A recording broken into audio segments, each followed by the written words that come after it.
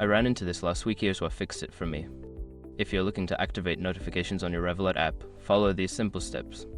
Step 1. Open the Revolut app. Launch the Revolut app on your smartphone.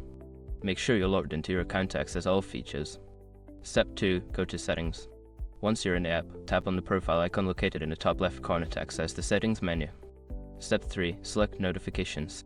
In the Settings menu, scroll down until you find the Notifications option and tap on it to enter the notification settings. Step 4. Enable Notifications. You will see various notification options. Toggle on the notifications you want to receive, such as transaction alerts or promotional messages. Step 5. Check notification permissions. Finally, ensure that your phone's settings allow notifications from the Revolut app.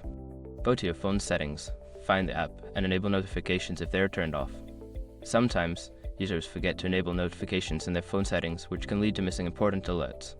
Now you're all set to receive notifications from Revolut. If you have any questions or need further assistance, feel free to ask.